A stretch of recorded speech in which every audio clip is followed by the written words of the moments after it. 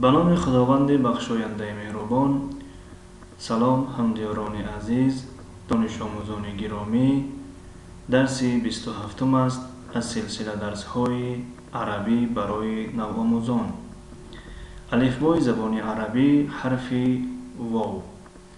واو در علاهیدگی، واو در اول و واو در بین و واو در اخیر. یعنی در اینجا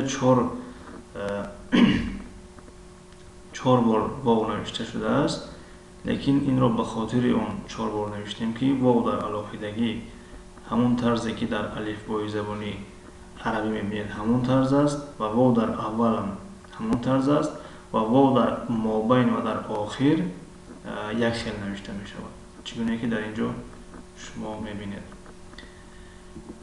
خب کلمه وردتون، وردتون، وردتون، وردتون، وردتون گل را میگویند. گل وردتون می شود، ورده. خب وسادتون، وسادتون، وسادتون، وسادتون، وسادتون بالشت، وسادتون بالشت. ورود. خب ورود جمع کلمه ورده است. ورود جمع کلمه ورده است، وردتون. در اینجا شکل جمع کلمه را آوردیم، یعنی وردتون گل و گل صدبرگ و جمعش وردون، وردون، وردون و ورودون، ورودون، ورودون، وردون و ورودون.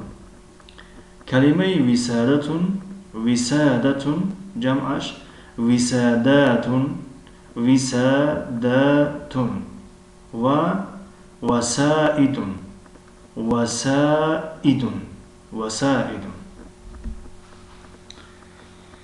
خب این بود درس 27 و تا درس های نوبتی. خدا حافظ.